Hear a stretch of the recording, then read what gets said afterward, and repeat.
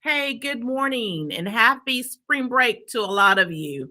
I am coming in today really just to put some content out there, but mainly because I have a very interesting person with me today. I have a lady called uh Peggy Sue Wells, and she has authored over 30 books. But what really struck my attention is that the effort that she has put into the single parent.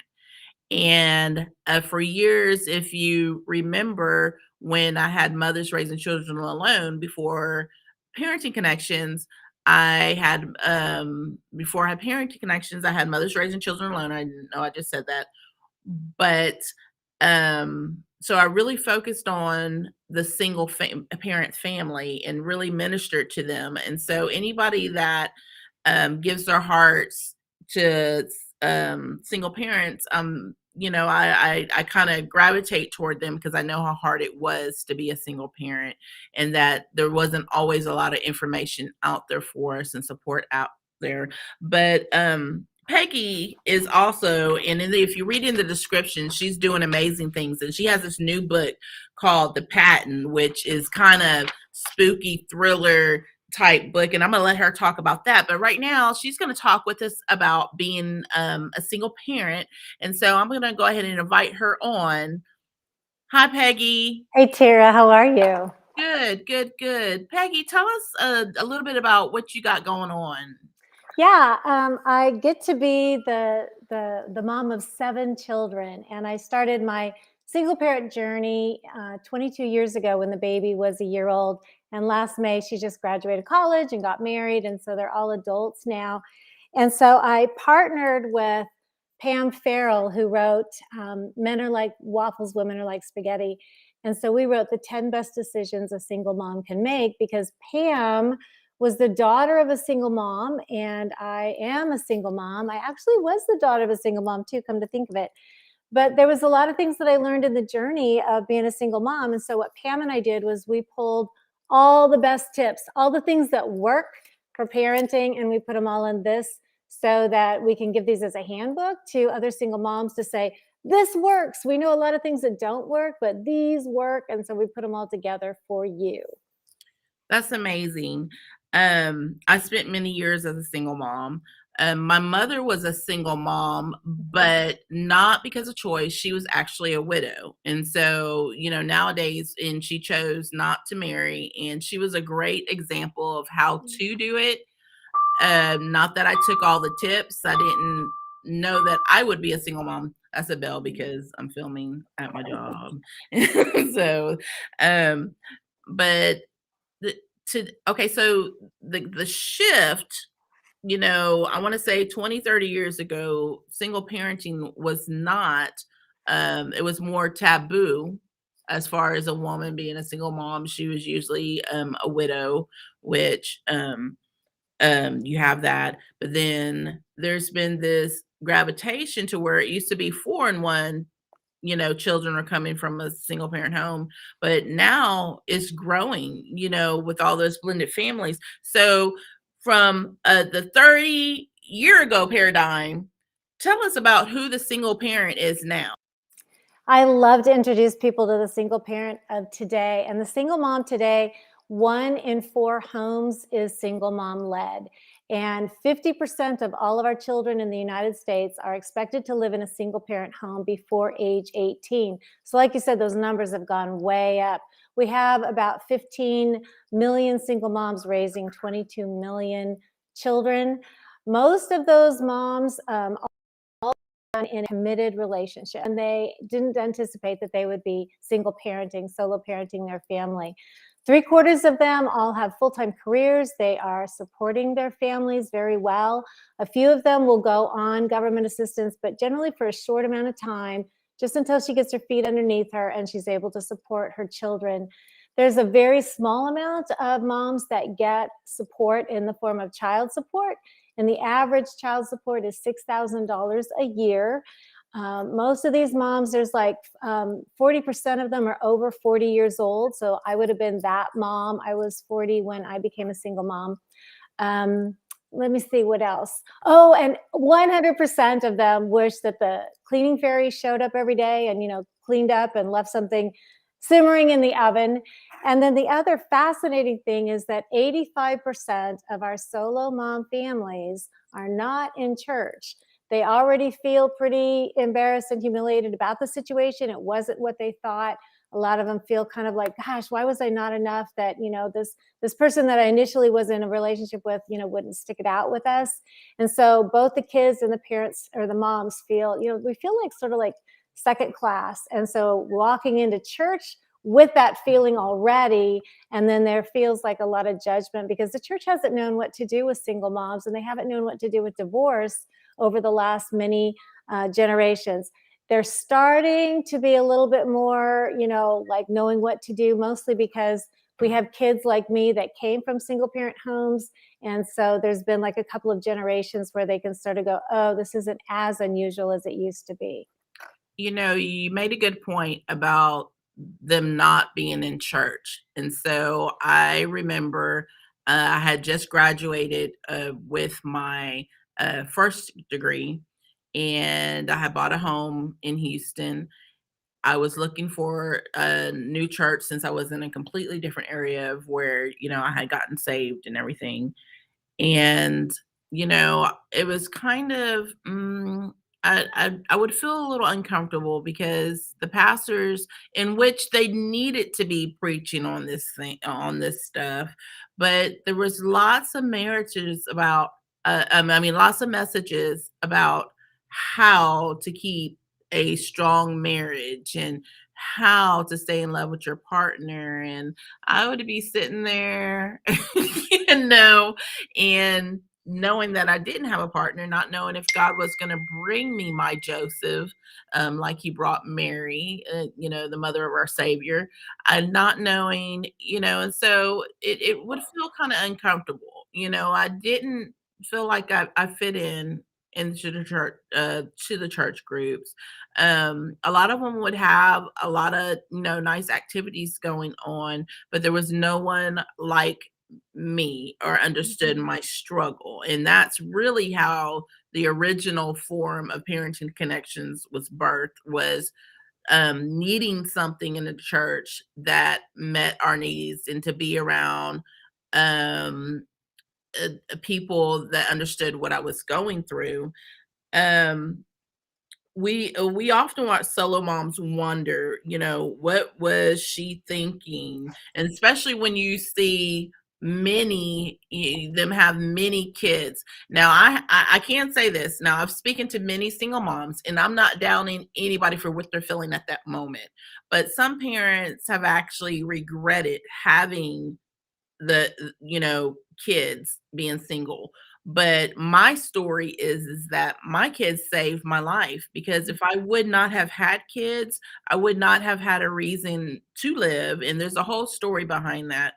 I would not I feel like I would not been able to go on with my purpose, because having children is what made me stop and think, okay, it's no longer about me. So, when people, what's going on, what's going on in the mind of a single mom, you feel, and when people are asking, what was she? What was she thinking? And we see that with single moms and with their children. We'll watch them, and people all the time are saying, what is she thinking? What are they thinking? And again, back to the 10 best decisions a single mom can make. What prompted that is that moms and kids go into trauma when that really important relationship, that heart of the family, blows apart. And so it's not the relationship that we had all needed and that we wanted to have happen. And so when there's that split, there's really, it's almost like a betrayal of this important relationship that blows apart, and someone chooses out. And so moms and kids go into trauma. And when we're in trauma, the front part of our brain, which is the thinking part, goes offline, and it goes back to fight, flight, freeze, or please, which works fine if you're running from a bear. You don't want to think about it. You want to just, get to safety. But what happens with trauma was that we go back so that we're not thinking, we're offline altogether. And so now we are reacting, we are not responding. And so to be able to get our brain back on thinking mode sometimes doesn't happen at all for single moms or their kids. And here's why.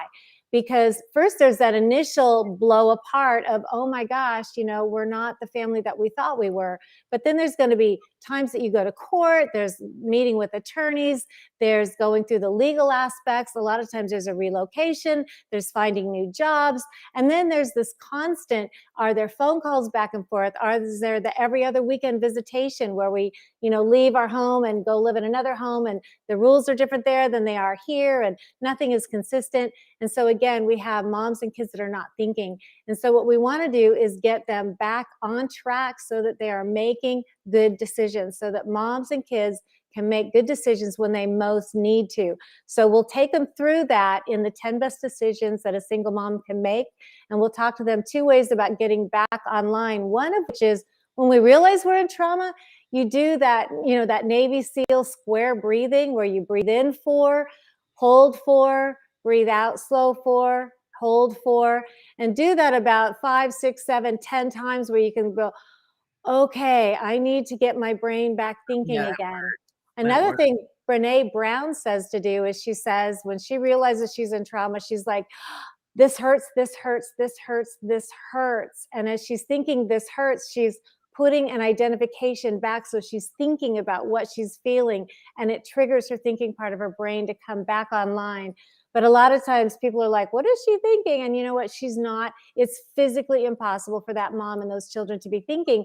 And for moms, we're reacting. For children, trauma looks like behavior issues at school. So how many times is there that myth about, well, single mom kids don't do well because, she's cruddy as a mom? And that's not the case. Those children don't know how to show trauma other than behavior. And so those are the kids that are the behavior problems at school because they're trying to show, I'm hurting, I don't know what to do with it. One of my friends runs MindCap here in Fort Wayne, where it is all about trauma and trauma brain and getting your brain thinking again. And luckily for a while, she was the principal of a school. So when these children wound up down at the principal's office, she knew what to do. She's like, I understand. And she would get them back thinking again. But a lot of our principals don't understand that. Our teachers don't. They just see a behavior problem rather than going, oh, we have a broken heart.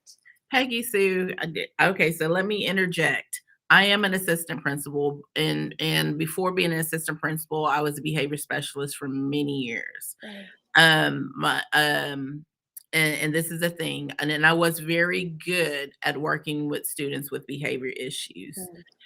Mm. But and you're right, there was issues with single students from the Belgium, students from single parent homes, and some of the highest behavior was from students that did not have moms. And so I'm gonna really dig and dive into this book to make sure that my strategies are updated. One thing, I was always, I don't know if because I understood the struggle of being homeless and all these other things, that I was able to relate to the students. But you made some very, very good points about the behavior of the students, because some of the kids, they would have stepdads, and that would kind of make the situation worse sometimes, Yeah. especially if they didn't understand. And so you talked about the trauma, the behavior comes from trauma, and that's something that I thought about throughout the years because of the trauma that I knew about, but the trauma that we don't know about, I'm starting to make some connections. Hi, Nicole. Thank you for joining in. She said, where did I get my cup? I do have a link in the description box under all of Peggy Sue's information about where I got where my shirt comes from and where my cup. I just had to let you say that. And thank you. She says, Peggy, she says it's so inspirational. Mm. Um, let's keep talking. Um, okay, so this question right here. about almost 8 years I've been married to my husband, and he stepped in as a father role. You also made mention of single parents not getting any child support. And I can say this, that my ex-husband is about 40 to $50,000 behind on child support. And that's paying at the lowest amount because that was the agreement I made so I could get that divorce when he really should be paying, a higher amount. I agreed for the same amount that a person living under a bridge would have to pay. And so he refuses to pay for that. And so I have very talented children that are very expensive. And so, outside, what my husband does, I don't get any help from that ex. And so I do understand that piece. But I tell you what, you said we've been working from that frontal lobe. And I depend on my husband. The blended family thing is a hard thing. Yes. And but I got to tell you, I depend on him to help me make decisions because the kids will say I want to do this and everything, and he'll come back, and he won't actually say it in front of them, but he'll say, have you thought about this? I think you need to check their phones. And these are things that I'm not thinking about myself. One, because I'm a professional, I work hard just like everybody else does, and a single parent isn't thinking through these things. We're not thinking through these things. And so if there's a grandmother there to support or an aunt to support, I think the kids are better off if there's somebody that's really there for support and not for criticism. And so so you why does a single now I know why I need somebody to help me make decisions, because two are better than one. But what is your philosophy on that? Because I've seen in my life that I need my husband to help me make decisions raising these kids. This is one of the best things that a church can do is invite that single mom, because again, 1 in 4 homes, so all around your neighborhood, around your church, is probably the largest unchurched segment, and it's in the single mom segment. So go to them, invite them to church. Make sure that there was really good childcare, really good people there that are teaching your children about Jesus. Let that mom go sit in church for 1 hour every week on Sunday and let her get fed. Let her sit and let her worship. Let her have that time where she's being fed spiritually, where she can hear that scripture, she can hear those sermons, and then she gets her batteries recharged again so that then she's ready to go back out into the rest of the week. Also, her kids then have been refreshed because they've heard voices that are different, voices that are fresh, voices that are like, rested and ready to teach them about Jesus. And then what the church can do that is so incredible is if you can put around those single moms what we would call a success net. And that's where you bring the single mom in and you're like, look, we know that you're doing this, and we know sometimes you need to hear voices other than your own. I always need to hear voices other than my own. So it's like, where do you need help? And we are going to equip you with people around you that will be there to help you. And then you can reevaluate this every 6 months, every 12 months. But like at my time when I was initially a single mom, what I really could have used help with is if somebody would have said, let me come alongside you and help you to understand about car insurance and medical insurance and insurance, because the whole thing just was French to me. I had no idea. So if someone would have come alongside with that, and then if someone comes alongside and says, let me help you with your finances, and someone comes alongside and says, let me help you while you're choosing colleges for your child. So if you can get this group of people around a single mom that say, we are your success net. And for churches to understand that single moms are some of the hardest workers that you're going to get. And so bring them in because they're smart women. They know how to get things going. They know how to make systems. They're also the ones that when their children are perhaps visiting the other side of the family, these moms want to be involved with people where they can just get their hands in and where they can be with people that are supportive and where they can be supportive. So Pam and Bill Farrell, again, the co-authors of this book, They ran a church. They were pastors for a while. Now they go around telling people about how to keep their marriages strong. But they would bring in these success nets. And Pam said, my hardest workers were the single moms, because every other weekend their kids were generally off with the other side of the family. And she said, they were working with us. We were making all kinds of cool things happen at the church. And then they had this support group and good friends that were there to walk with them through the good, through the hard, through the easy, and through the fun, to celebrate and also to pray with them. So a church, if they can put together that success net, you will find that there's nothing that these moms and these kids can't do. They just need a little bit of support. I agree, support. And so, a lot of times single parents outside of work don't have anyone to talk to. They feel really lonely. Mhm. And you mentioned if they can just have that hour. I remember, and I do want to give a shout out to Living Faith Outreach in Dickinson, Yay. Texas.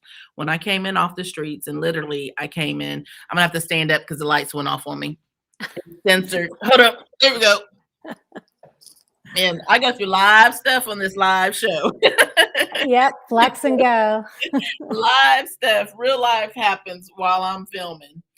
And so I remember at Living Faith Outreach, I remember just having to make it to church. And at the time, I only had 2 children. I have 4 total. I had Caleb and Nicole. And I I felt like I was dragging myself. If I could just drag myself to church, Yeah. and everything would be okay. And so my first child had a lot of behavior issues, and which was normal. Yeah. He was very hyperactive, so he was jumping off of stuff and everything. And I remember the struggle to keep him in childcare because people didn't know what he was going to jump off next. And so, but I just remember having to get there, and there was this lady called um Larry and Larry and the Amons. And so they just really came around me and loved me. Mhm. And I had started college, and they made sure I had a vehicle to drive. Right. And there was a time when their own child didn't have a vehicle to drive, but they made sure that I had a vehicle as long as I was doing what I was supposed to do. Yeah. And I was getting back and forth to school. But just getting to church was what I needed. What is the best gift you feel that a single parent can give to her children? It would definitely be consistency. It's knowing that no matter what is going on in other areas, that when you come home, we have consistent rules. Those consistent rules are: we talk kindly and politely to one another. We don't call each other names. We don't hit. We don't take from one another. We are going to be honest with one another. We're going to have regular times when we go to bed. We're going to have regular meals together, and we're going to be in the word together every day. So like, even when our nights went sort of late for whatever reason, my kids knew we were at least going to read a psalm before we went to bed, and we were going to pray together, starting with the youngest and going to the oldest. And that was going to happen every single day. That was going to be consistent. So they need to have those consistencies that are there. They need to know that mom's going to show them and introduce them to Jesus, because everybody has this huge need for love. And no matter how much I love my kids, no matter how much, it will never be enough, because I'm not their savior. I'm not God in their life. So the best thing that I can do is introduce them to God. I can introduce them to a relationship, to know that they can pray, they can talk to the Lord anytime. They can listen, because the Holy Spirit is going to guide them at all times. And that when they need that love, the love of God will fill every part that they need. That God loves them more than I do. And so that then they can go to the source, and they can find who it is that will always be the source of whatever it is that they need. Another awesome point. And so we're all looking for something inside, and then we keep trying new things, trying new things, trying new people, trying to replace, trying to fill this spot that was meant for God. Yeah. And so, and you're correct, we cannot be God for our children and we cannot be God for ourselves. Mm-mm. And so that spot is meant for that. And I think that's something that I may need to iterate to my younger two children that are still at home. I have a couple more years with them. Um, Oh, so every single parent, usually not all, they come to the point where they feel like they're ready to start dating again, or they've done a series of bad dates. And so I got a book coming out pretty soon. Well, in a couple of weeks, and we're finishing some final edits on Don't Date Him, the guide to not dating the wrong guy. And so, well, all my experiences of being single. But what do you tell a single parent that feels like she's ready to date? Because this is where we go wrong many times. Yep. Yep. There's two things that I want to say about this, and I'm going to end it with the really important part that we need to know about relationship that I've learned. But the first thing that I tell moms is we have this hole because we feel rejected from this person who, was supposed to be our lifetime partner, and they're not there. And so there's this hole and there's this rejection feeling. And so we think, gosh, if we just met this other wonderful person who loved us like crazy, then that would fill that and it would fix it. And also, we kind of live in a couple's world. And so being single is a little bit awkward, not only for us, but for other people. So wouldn't another relationship make it all okay? And it doesn't, because here's the thing. We don't want to be dating somebody because of a hole, because of a need.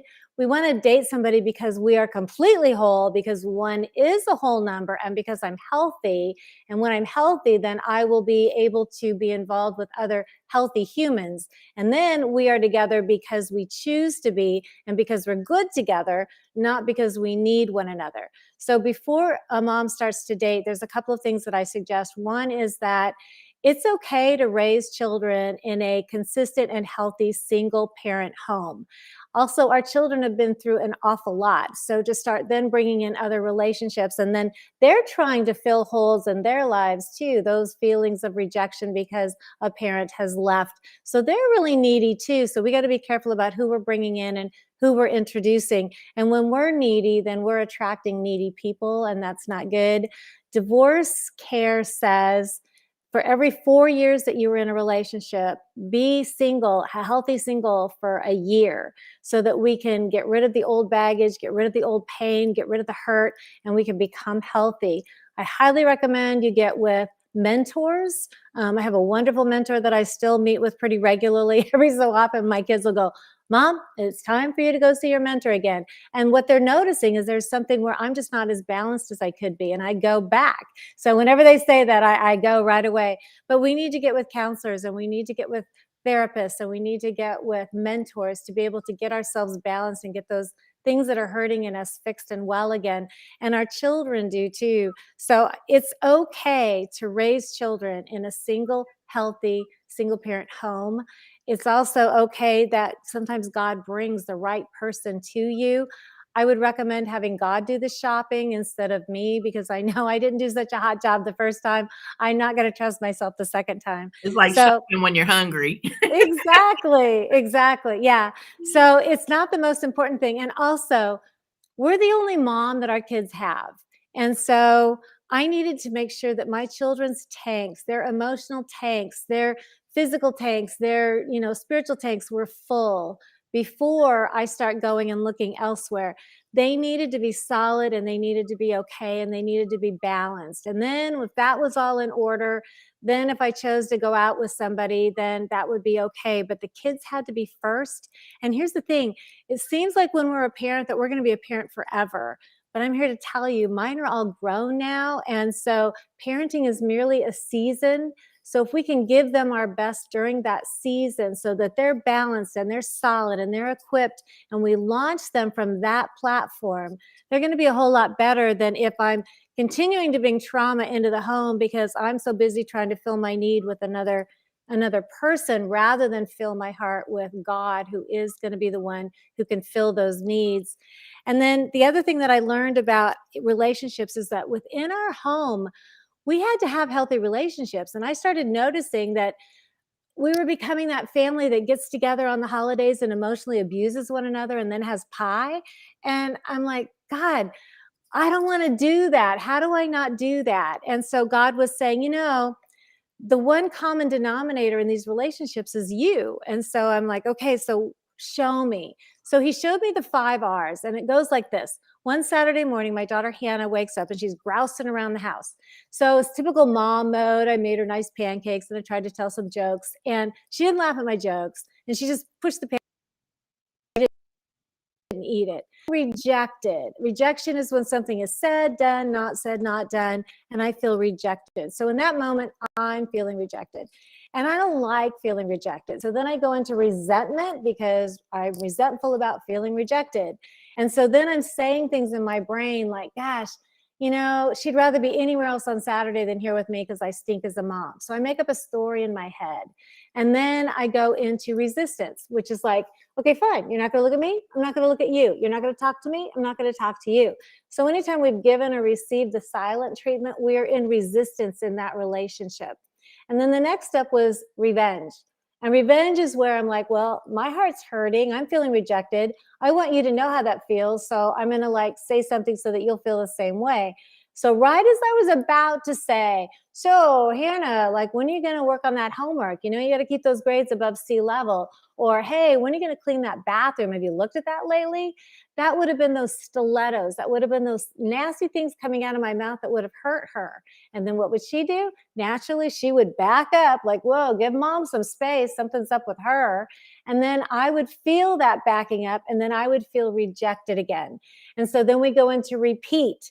So rejection, resentment, resistance, revenge, repeat. And then we just keep the cycle going over and over again until the relationship is so destroyed that we can't fix it anymore. And we do this in our families and at work, and we do it in churches and in our neighborhoods and at school and in our communities. And so when I got to the place where I was about to say something about her grades, instead I'm like, oh, I'm in the 5 R's. So instead I said, Hannah, the story I'm making up in my head right now is that I stink as a mom. You'd rather be anywhere on Saturday than here with me. And she kind of like blinked and looked up like she was coming into, you know, the current moment. And she said, Mom, I just found out the boy I babysit for has leukemia. And so the truth is, what people say and do rarely has anything to do with us. People do what they do for their own reasons. It rarely has anything to do with us. But I take what happens, those facts, and I make up a story about it in my head. And that story becomes my reality. And then I respond to you out of the reality that's in my head that has nothing to do with truth whatsoever. And so my kids and I have learned to go back and say, what are the facts? And this is how we stop going into the 5R parade. I have in the book, in the 10 best decisions a single mom can make, there's a whole chapter on this that tells you how to recognize each of the 5Rs and how to get out of it. But the bottom line is, what were the facts? So if I would have said, the facts are, Hannah's grousing around the house this Saturday morning. If I would have left it there, we'd have been fine. And so this came up a little while ago because the youngest just got married. So if you want to have drama, have a wedding. If you want to have drama, have a wedding with 6 girls, because I have 6 daughters and they're all strongly opinionated. And so at one point, the one sister who's having the shower says, so Mom, is your friend coming? You know, I'm trying to set places and stuff for the party. And I'm like, well, I invited her and I called twice and I've not heard back. So like, I don't know if she's coming or not. Do you hear that? I mean, already the stilettos are coming out of my mouth because I'm already in the 5Rs about this. So my daughter said, so Mom, what are the facts? I'm like, oh, the facts. Well, the facts are I invited her, called twice, haven't heard. You know what? I'll call again. It changes everything. So whenever you find yourself getting into the 5Rs and having a lot of emotion around our family and around each other and around our family members, it's like, oh yeah, what are the facts? Go back to the facts. Let the facts lay, and you don't go into the drama. Save the drama for your mama, and your mama doesn't want it either. Peggy, thank you so much for being on the show. I did have more questions. I'm hoping, will you be willing to come back on another segment? I would be delighted. I still have more questions, and then I want to talk about some of your other books. But you have been wonderful. Thank you. In the description, there is a link to all her stuff, all things PeggySue Wells, I'm sorry. And make sure that y'all support what she's doing. Thank you for coming on the show today. And hopefully, let's be in contact. We'll talk again soon. And yep. Thank you so much. Yep, and there's lots of downloads for free on singlemomcircle.com. Go to singlemomcircle.com, go to cool stuff at the top, and download all kinds of good support. Thank you.